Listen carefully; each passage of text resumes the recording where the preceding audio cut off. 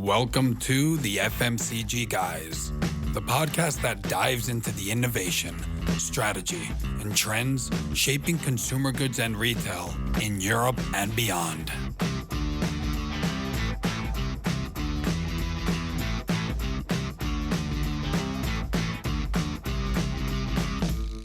Welcome to the FMCG Guys podcast. I'm your host, Daniel Torres. If this is the first time you tune into this podcast, we speak bi-weekly with top voices in the consumer goods and retail industries.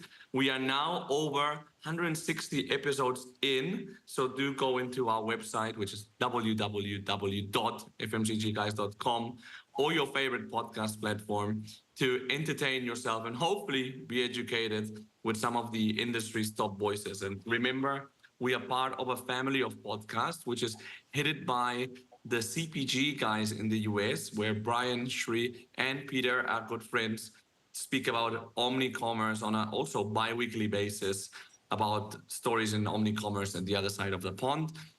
Also, if you haven't yet, remember to follow us on LinkedIn, where you'll join a community of 15,000 members and counting. And now you can also find us on Instagram, which is a good way to find our latest and upcoming content, because the LinkedIn algorithm is a bit tricky and we don't always show up. I'm not alone here, obviously. So on one side of the table, there's my dear co-host, Efrain Rosario. Hey, Efrain, how are you? Good, Daniel. Nice to be with you as always. Likewise. And Efrain, I was thinking before we started the episode that you and me have I think we've resisted the fad of not shaving and growing a beard, no? Have you grown a beard in these last 10 years? No, I have not. And I think that my significant other, my better half, has had a very strong viewpoint on that. Well, you remember that time I tried to grow a mustache? Yes, I do. I think a lot of us do. I think it's burned into our memories. My significant other demolished that idea by calling names I won't pronounce on the show what the mustache looked like. So, but it is pretty impressive that you and me, Efrain, probably you shave every day. I mean, practically, I probably shave like 6 times a week. Yeah, I would say, maybe every other day, depending, maybe going a little bit longer on the weekends or on holidays, but fairly regularly. So it definitely is a habit and a ritual for sure. Yeah, definitely. It's like part of like the shower ritual, no? Like when you exactly, it's like that. It's one of those things that you do and that like kind of like signals to you in your head, hey, I'm ready to face the world. Exactly.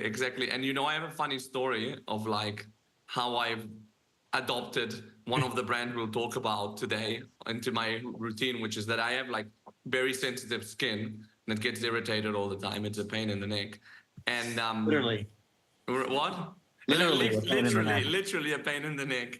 And anyway, when I was like maybe like 10 years ago, I went to a small store under where my mom lives, and they sell like cosmetics and hygiene products. And I said, do you have any good shaving soap for sensitive skins? And she said, look, my father was a barber and he always used to use this one. So she gave me a pot, I guess there's a better name for that, but a pot of Proraso, which is a very cool brand. And you like that green color really like caught my attention. So I tried it, and I never tried like that type of soap before, like the format. And like since I used it, it's like been part of like I always need to have Proraso pots in my cupboard. So I'm a big fan of the brand. So when I found their general manager of EMEA and Americas, obviously I decided to contact him because I was very curious about knowing more about the brand. And I also learned that they have other brands that I knew, like another shaving brand called Floid, and for example, a toothpaste, very premium, that I've seen in boutique hotels called Marvis. So happy to have the GM of EMEA and Americas of the Ludovico Martelli group, which is the group that umbrellas all these brands, who's Niccolò Francalanci. Hey, Niccolò, good to have you here. Hi, Daniel. Hi, Efrain. Thank you very much for having me, actually. And I'm glad to hear you are heavy users of shaving products. very heavy indeed. And thanks for listening to our antiques for a few minutes. You heard us stoically with a smile on your face. So so He's good very on you. patient with us, Daniel. He's very patient. Yeah, exactly. But let's talk about you. Let's start the interrogatory here. So you're Italian. You started your career in Italy, but then you went to do an MBA at Kellogg, which you and Efrain were talking about. What prompted that? So first of all, I'm an engineer, but I never practiced engineering. And as you said, my very first years of working experience were in Italy in consulting. And at the time, after 2 years, I was like probably 26, 27. I was still trying to understand, figuring out what I really like to do. What I knew was that the job I was doing, while it was fun, at the same time, though, wasn't necessarily in line with what I thought I wanted to do, which was more general management. Of course, now I'm calling this general management, but at the time I didn't know that was the type of the label that I just knew that things I was doing weren't necessarily aligned with that. So I started looking around and trying to understand what could have been the next steps. And I think really really randomly, I learned that there was this thing called MBA. And then I said, okay, you know what? Actually, going back to studying could be cool, because at that point, with the hindsight of because I was already a student, could be a very nice way for me to focus on learning and adding more topics to my professional cultural background, and so learning really what I want to do, and at the same time have enough time to figure out really what my career could have been. Mm-hmm. And I would say this, as in anything, you have to do some deep dive on one side in terms of doing due diligence, learn what is it that you are about to try to do, in this case, the MBA. But at the same time, also, you need some luck, a little bit of luck that really has to help you out, because it's impossible with any due diligence you do to really learn how the next years of your life are going to be. And so I applied to a bunch of business schools, and one was in Barcelona, IESE, and the other two were Columbia in New York City, and Kellogg in Chicago. Kellogg being my first choice. I'm not saying this because they accepted me, but because really sometimes you try to really want to make sure that everything looks smooth in your career, but not really. I wanted to go there because of general management, as I mentioned. Speaking with the students and Italian alumni, I really understood that the school would have given me the opportunity to go through all the different I would say topics of managing a company, and that was, I think, the best decision, one of the best decisions in my life, because the 2 years spent in Evanston, where the campus of Northwestern University is, really gave me the opportunity to learn a new world, not only geographically, being in the US, the school, but really from a professional standpoint. And again, if I went back, I would do exactly the same. I'm very lucky. We were saying with a friend before how the community, first of all, because the community you build at school is really long-standing. Long-lasting, I would say, and that's very much true. After 12 years after graduation, I'm still in touch with most of my friends. And also, where I am now, it's a direct consequence of the decision of joining the Kellogg community. Well, Niccolò, as I mentioned to you, it's always great to meet a fellow alum. So this has been a happy coincidence for me. I'm curious, though, after those 2 years in Evanston, how did you end up in FMCG after that? Was that a conscious decision that you made in terms of wanting to go into a brand or a brand management role? Was that something that you intended to do coming out of Kellogg? So, Franny, I think you, first of all, I share the same happiness of speaking with somebody from that was lucky enough to share my same experience. You used a very key word, which is consciousness. I think was a mix of both of consciousness, but at the same time also instinct. And as I said, I'm an engineer and I was coming from consulting. Kellogg gave me the opportunity to learn from the get-go about consumer goods, but then I really never practiced consumer goods.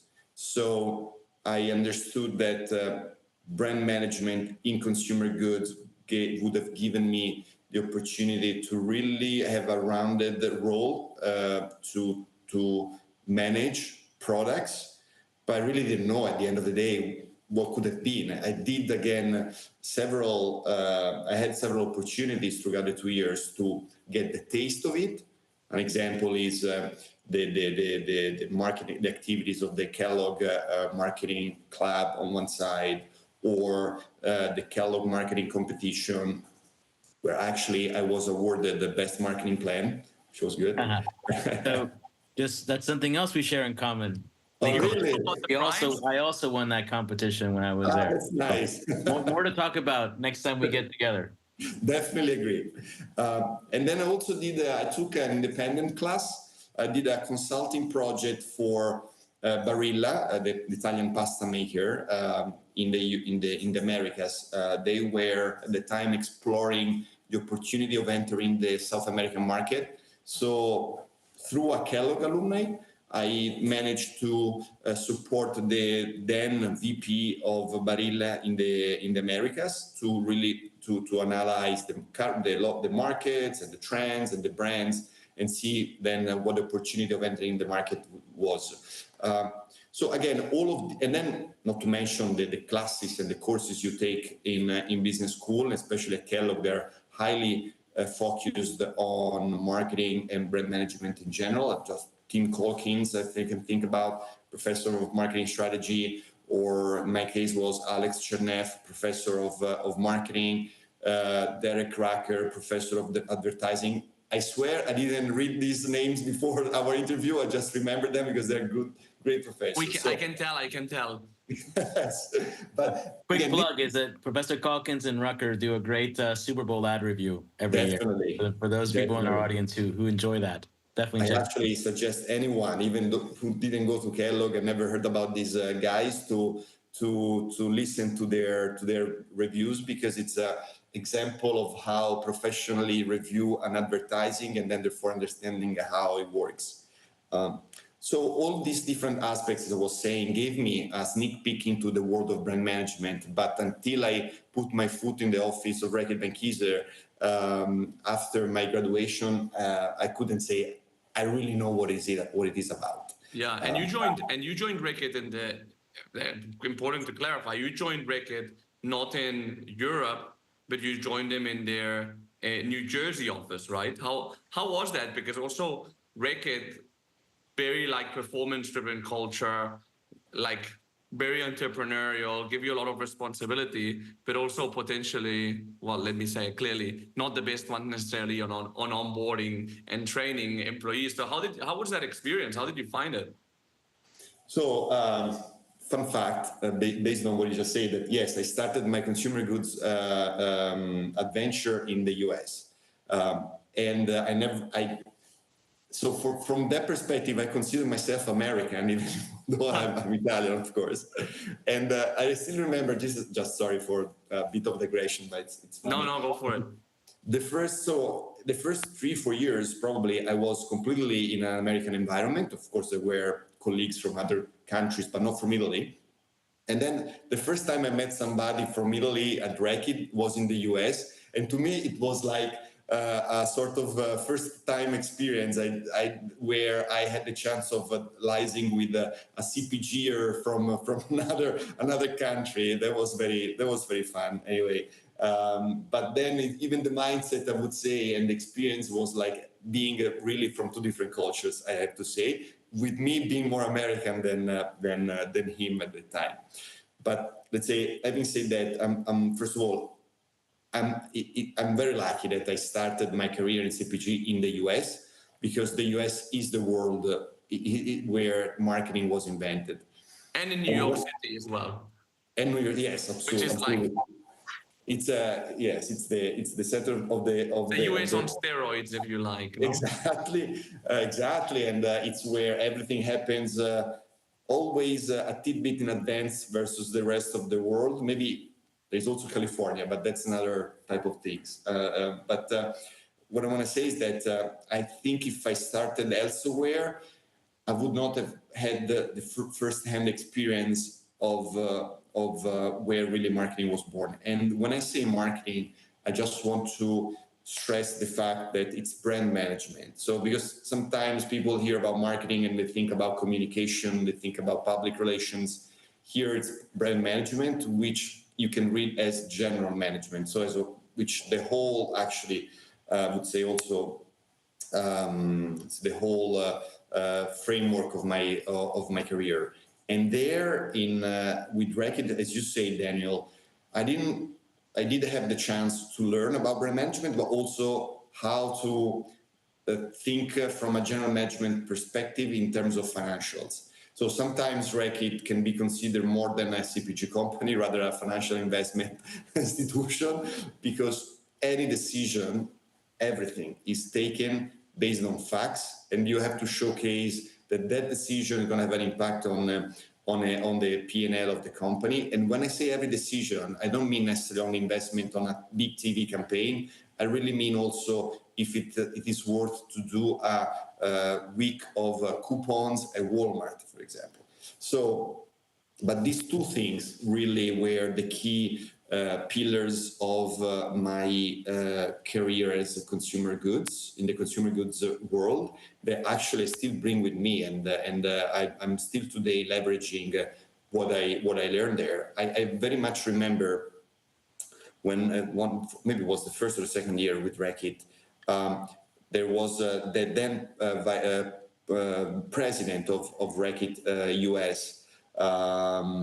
He told us, the goal of Reckitt is actually to prepare you to be a professional in consumer goods, not necessarily somebody who has to become a RB lifer. Which at that time I said, well, it's a bit odd that your president is telling you that they really don't care if you want to stick around with Reckitt, but rather they care that you are, first of all, a good marketer. But now, let's say 10 years on the road, I completely agree with that. And again, I feel myself lucky to have had that experience. So that being said, you actually were able to kind of embody exactly what he was saying, because you took that foundation that you built at Reckitt, and then you moved into a completely different environment, working at a startup at that point, right? Glovo, which is like, not just going from brand to retailer, but in terms of like corporate versus startup is also quite a big change as well. Can you tell us a little bit about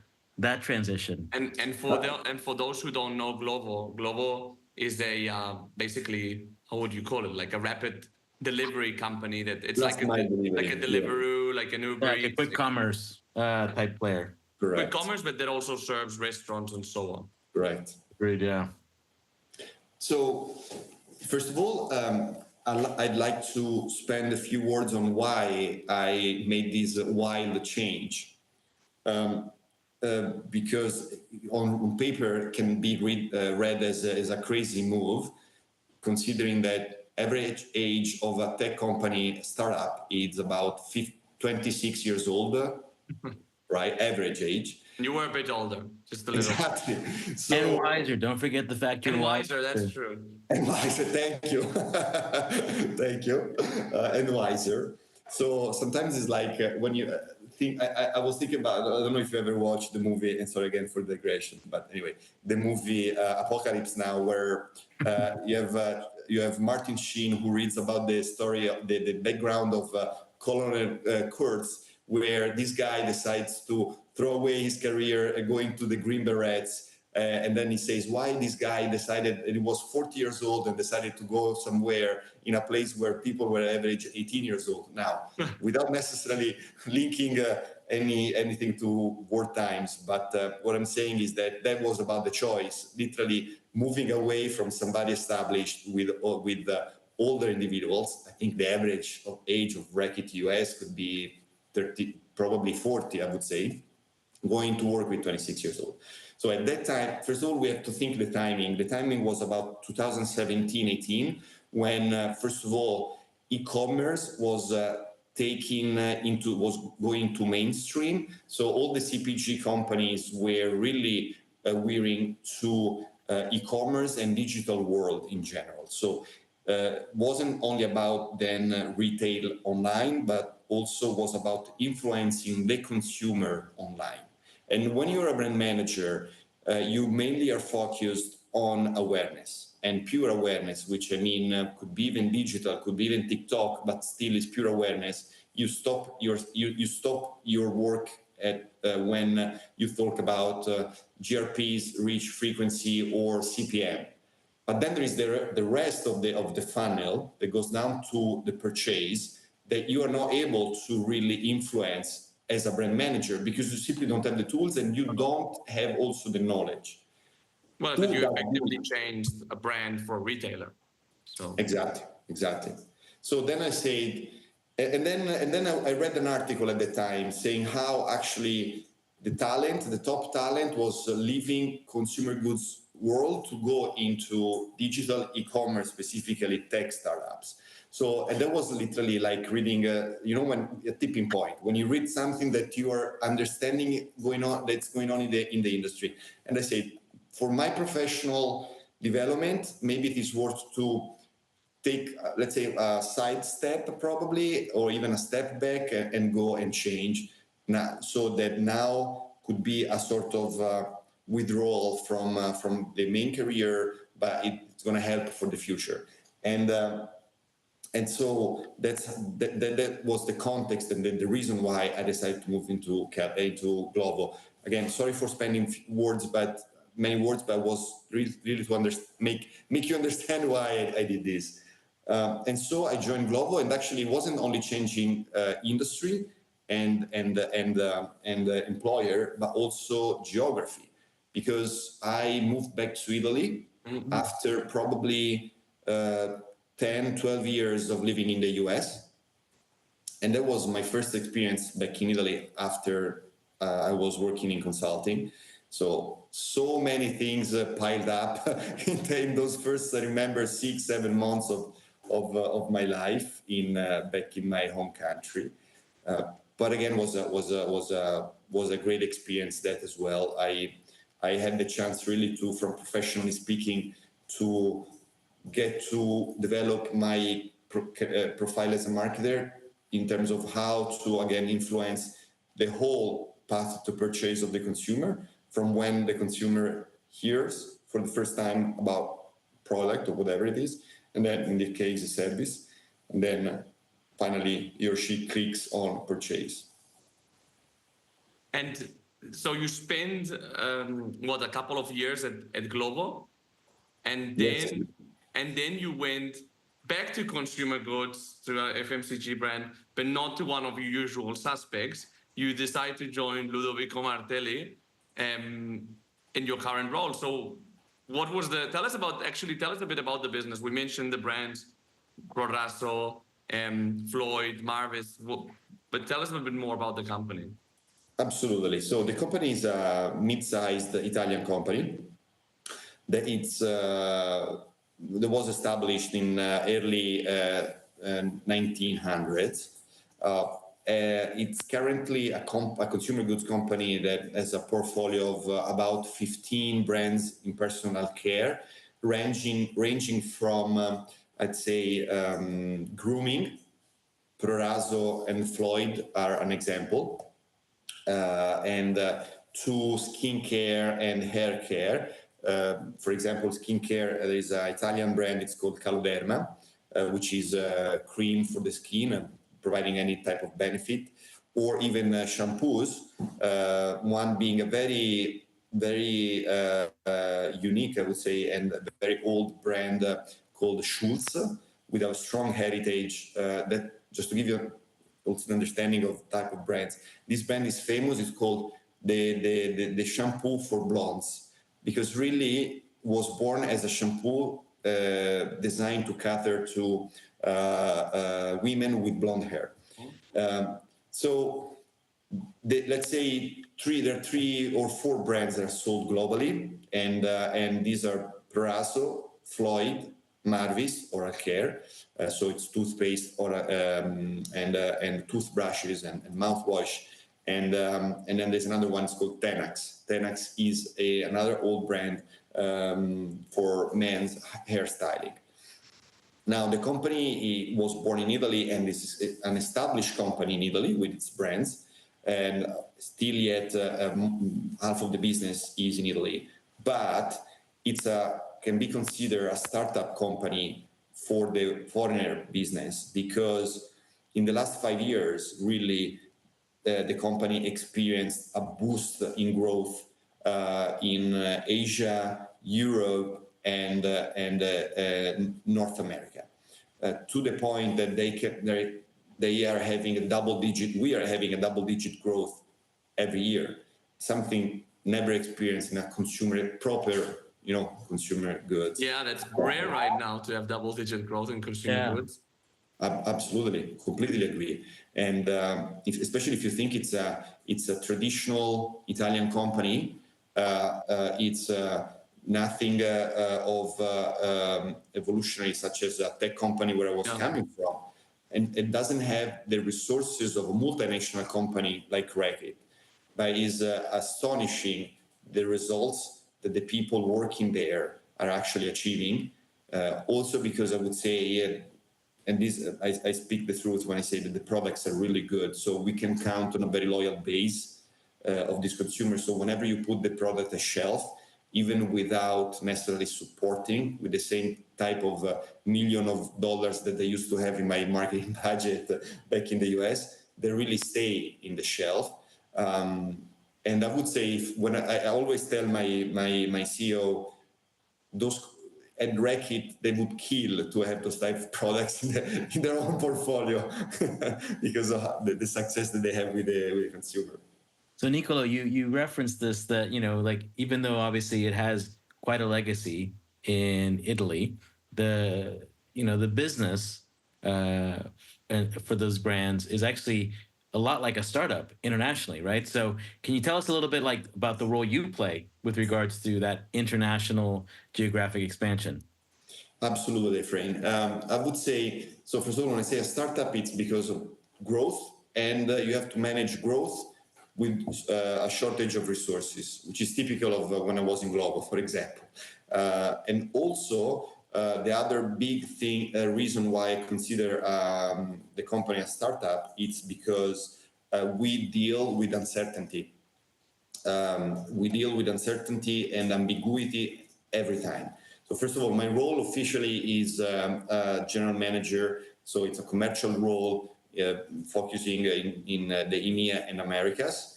And let's say that at the same time, my role is also to bring my structure experience that I developed with Reckitt into Ludovico Martelli, so that we can define a structure path to growth path. And when I say ambiguity, it's because this path I'm trying to figure out with my colleagues is really, as of now, really uncertain. Not because of the projections of revenues, but uncertain because of how to get there. Just to give you an example, when you don't have market data, and just because you've been in a market for just 1 year, a few years anyway, you never put attention in the market, you really have no idea if you're gonna, by investing 100 or 10, how much you are going to earn. Actually, you have no even idea why you should pick a country versus another. Should you focus your budget and your efforts? because of course you can look at the country and you can look at the category, you can go on Google, look up Statista and see all the different values of whatever is the category you're trying to tackle. You can even come up with a total addressable market number, but at the end of the day, you never experienced working in that market. And so every day, every month is you really need to be focused on learning what's going on and trying to understand, to measure as much as possible what's going on, so that then you can also change course of action as soon as possible, because that's also part of my role, is to understand if what's the balance of the investments across the different regions. And how do you go to market? Do you have like entities in different markets, or do you go to market mainly through all through distributors outside of Italy? So generally speaking, we go through distributors because we do not have the scale right now and the financial power to really build our local sales force. We would do that in a second stage once we see if there is one or country or a geographical area that really takes off specifically in terms of revenues with respect to others. Let's say the playbook that we have developed right now, so let's consider Proraso, for example, is that the first stage is always on one side e-commerce, because it's the quickest and relatively easiest channel to activate. I'm not saying easiest to manage, easiest to activate, because at the end of the day, you need an account, you need, of course, a skill set, but then you don't have to speak necessarily with a buyer and they have the products getting at shelf. Now, with Proraso, we align also the professional space, because Proraso is a brand that is rooted into barbers. So we develop also the barbers channel. We cannot go abroad. We cannot go to speak to Walmart, and it wouldn't be Walmart, but let's say Rossmann in Germany, and tell the buyer, we are the brand, Proraso is the brand of the barbers, and without being in the barbers first, of course. So this is the very first stage. And then from there, we go into traditional trade, still through the support of distributors. And when I say traditional trade, I mean department stores or even high-end premium mom and pop stores. That's where I bought mine. Exactly. The first time, and where I still buy it, actually. Absolutely. That's very much true, and that's where you really start getting in touch with, let's say, the maverick consumers that we can consider mavericks. So you, Daniel, are a maverick for us, because then these consumers are the ones that then become very much loyal, and then they can work as a sort of bridge towards the consumer of the mass, let's say, consumers. And then once we get to a first understanding of the market, and inevitably we need to get into modern trade. Usually it's premium grocery, or it's about specialty that could be drugstores. And when I say drugstores, I mean, again, as I say, Rossmann, or specialty such as Douglas or even Sephora, I would say. But then as of now, we are in the stage of moving from traditional to modern trade, let's say. So, you mentioned a couple times, or you referenced how you've had to adapt the way you work and the way that you manage the brands and the business from your time at Reckitt to dealing with this more nimble type of environment. I'm curious to understand how is it for you in terms of attracting talent to the organization, given that it does require a slightly different skill set? That's a question, Efrain, I still trying to answer to, because it's very difficult for two reasons. First is the market environment right now. It's tough from an employer perspective, not from a potential employee.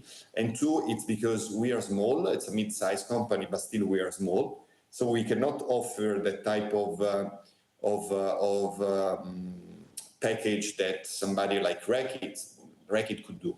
So I think the goal is really to build a value proposition based on the vision that we may have and then therefore how the potential candidate can play a role in this vision. We offer, in other words, a chance of really being involved from the get-go 100% in shaping the business, and really mean it, because we are not 100 people, especially in the foreign markets, and so we cannot afford to hire somebody who's gonna play a really tiny role.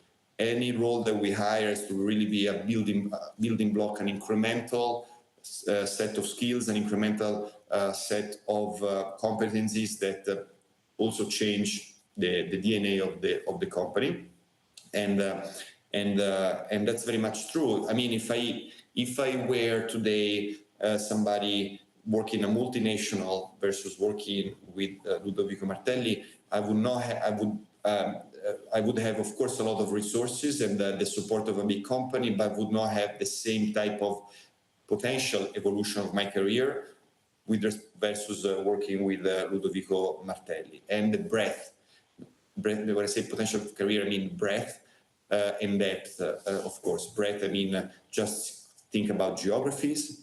You really span all across the world, breadth of products that you would work on, and the depth of also the topics of a business you're looking at. So really, again, your role wouldn't just be analysis or managing an account. It's way more rounded than that.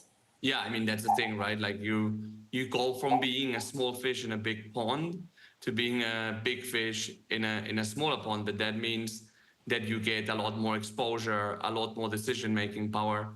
Whenever I've recruited for this profile of company, I really look for people that normally have this best practice background in a blue chip, but that are really feeling the constraints of the process and the red tapes, and are ready to take that responsibility, you know. But not everybody has that DNA, as you were saying. Absolutely. Actually, Daniel, sorry for interrupt you. It's very funny that you started with what you say, big fish in a small pond or small fish in a big pond. That's exactly what I told them, the HR director, when I was in the hiring process with Ludovico Martelli. Asked me why you would like to work with us. I mean, given your international profile, you could go wherever you want. And that's what I say. Really, that was actually the reason why I wanted to go and work with Ludovico Martelli. What do you say? And what you said is also true about the fact that really it's not for everyone, because you really need to be able to deal with ambiguity. When I say this, it's not just the usual fluffy word of corporate, but it's true.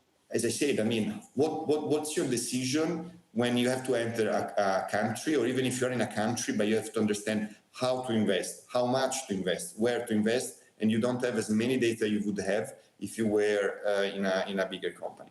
Yeah, and ultimately also when you're a smaller company, your role becomes much more external focused, right? Because in big companies, a lot of the work that's done are internal stakeholder meetings and so on, which makes sense, but ultimately you're not advancing the business so much.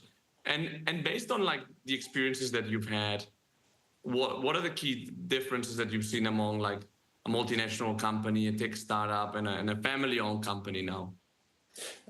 So I think, let's say, a multinational company really gives you the basics, really helps you in building the fundamentals that you bring with you all throughout the career. And that's something crucial to have. It gives you the resources and the focus to do so, because the company is big and then there are so many people working it. At the same time, though, the cons can be the fact that you are a small, as we were saying, you're a small part of a big engine. So unless you really start taking on opportunities, it's difficult for you to get through the crowd. And especially if you work in a big company with established brands, it's really difficult to take these opportunities. Example, you work with Finish at Reckitt. The only way to grow Finish is about discounts and fighting off with the competitors. But it's not that you build your career as a brand marketer by leveraging only discounts. And so that's, by the same time, you really hone the 4 Ps and how to financially understand if an activity is financially viable. Now, in a company like Glovo, you really learn what means being fast and how to operate in a frugal environment with low resources. And also on the side, I would say you really learn the importance of capitals and investments and the whole how financially speaking the stakeholders actually think reason versus somebody who's just in a big corporate company. With, I would say, Ludovico Martelli, which is a mid-sized company and traditional company, very much rooted in Italy. With that, I mean in a country anyway. I think what I learned first is people, and then really I mean it. So I see this constantly from the president, or the ownership, and the CEO. Before even taking any decision in terms of changing the organizational structure, going after a certain market, etc., to them, it's most important thing is the people in terms of their happiness and health, etc., which is something that you don't find in a startup, in a tech startup, and you don't find even in a multinational because, again, there are too many people, so it's impossible that everybody takes the management takes care of everything. So I would say people, and also all the opportunity that you have that you can take. And if everything goes well, you really can then become part of those who are at the helm of the company, which again doesn't necessarily happen in a multinational. Actually, never happens unless you're higher up, and it doesn't even happen in a tech startup because at the end of the day, who really makes the decisions are the founders and their own stakeholders. So, Niccolò, I'm curious, given everything you shared with us, what do you see as the long-term vision for the business well, I guess for all the brands, I would say, I guess across the entire business, what's the vision that you see? The vision is to become the offering for the consumer who wants to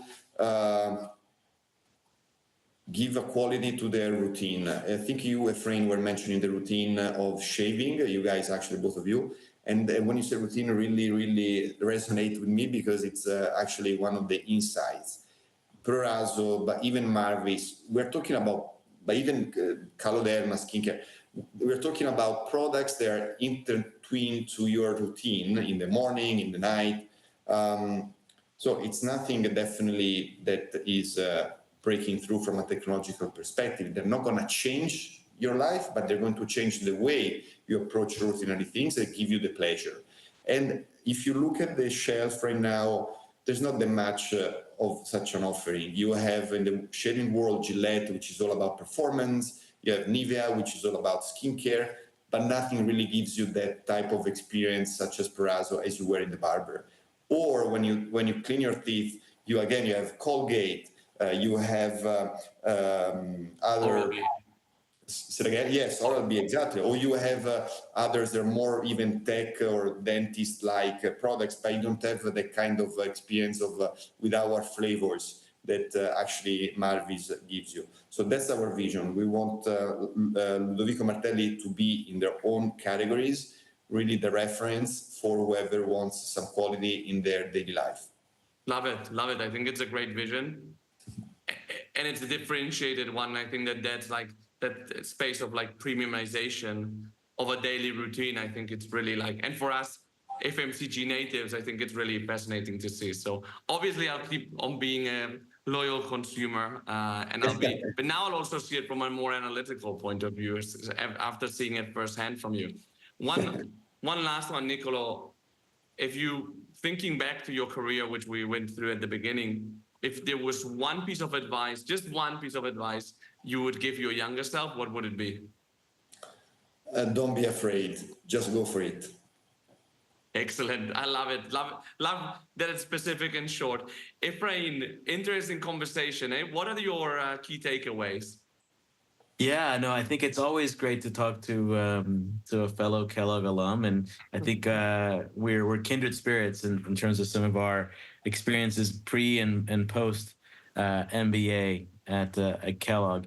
For me, I think what was fascinating was to hear about how, you really thought about that move from corporate to tech startup, and you were conscious of the fact that it was a lateral move, but you were doing it as a move to build these new skills that you wouldn't necessarily have the opportunity to do had you stayed at Reckitt. So I think, just it's great insight that you had at that point in your career to be able to consciously make that transition and say, I'm doing this because I'm building these skills that are going to serve me down the road in a new way. Yeah, and also having the courage of leaving Reckitt and going into an uncomfortable zone, or sometimes people are very afraid of leaving the comfort of a big multinational, let me put it that way. And just like where you are now, then the span of control where you are working closely with a CEO, that is like an experience that a lot of people will be wondering, I would love to leave the corporate world to do that type of role, but they're not aware that they have to take a certain level of risk at some point. I think that's interesting. Absolutely. And the other thing that I thought was fascinating was to hear about your transition then from Glovo to Ludovico Martelli. And I think part of the appeal, as I heard you describe it, and I'm going to take some creative license on this, was it talked about the power of brand in terms of like you could see that even though, these were brands that may not have the marketing budgets that you would have at Reckitt or some other larger CPGs, the power of the brand and what it stands for and the quality of the product is really, really powerful, right? So as a marketer, or just even as a general manager, it's like, that's gold dust, right? Like you said, it's like there are places like that where people who are competitors would say, I would kill to have that brand and what I could do with it, right? And I think we shouldn't overlook that when we think about, the FMCG world. Yeah, and especially at a time where like FMCGs are really, the big ones are really, really, really struggling for growth and like where to go next. They're really struggling. I think this is a good example of like having like clear brand idea, but really, really go deep into it and innovate and have a clear idea of like, okay, within this category, which is like a staple, and maybe people think there would be no growth in it, let's take a twist to that traditional approach. So that was super important. And I think, just coincidentally enough, I just read an article on LinkedIn today where they talked about being able to demonstrate the power of a brand in terms of growing market share. So it's a fascinating article. Maybe we'll put the link to that in the liner notes for the episode. And I have to say one other thing that I took away from this episode, Daniel, and that is that I now know you are a maverick when it comes to this category. So with that title comes great responsibility. So be prepared. I know. So I'm going to be, counting on you to really carry that mantle, right? And like, make sure that you live to the utmost potential around being a maverick when it comes to personal care. I'm trying, Efrain. No pressure, okay? Okay. Well, you just put it on me, and like the thousands of audience that we have will always be looking at me now. But one last thing for me, which I love, and I think it's important to remind the audience about, is a couple of things. So first of all, like the fact of joining a small company has enabled you, Niccolò, to like really be close to the CEO. And you realize when in a big company or in a small company, when you're like close to the top, that relationship with like those three key people will really make or break your success. And that in consequence, every hire you make at that level has a huge impact on the organization. And it's really going to affect, it's incremental on the business side, but in the culture side, it will affect positively or negatively. It will affect the DNA of the company. So really to have that in mind, both when hiring and also when joining a company, that as Efrain said, with big role comes big responsibility, right? So I borrowed that from Spider-Man, but anyway. I knew it came from somewhere. Anyway, Niccolò, thanks so much for joining. Hope we summarized that well. Absolutely, indeed. And again, thank you, Daniel and Efrain. Excellent. Thanks, Efrain, as well. And thanks to our audience. If you've enjoyed this show, we say it all the time, but very few of you do this. Please leave not a comment. How's it called, Efrain? A review. A review. a review on your favorite podcast player, because that will really help us show up more, and fellow FMCG and retail practitioners will be able to listen to us. So have a great day, and we'll see you in the next episode of the FMCG Guys.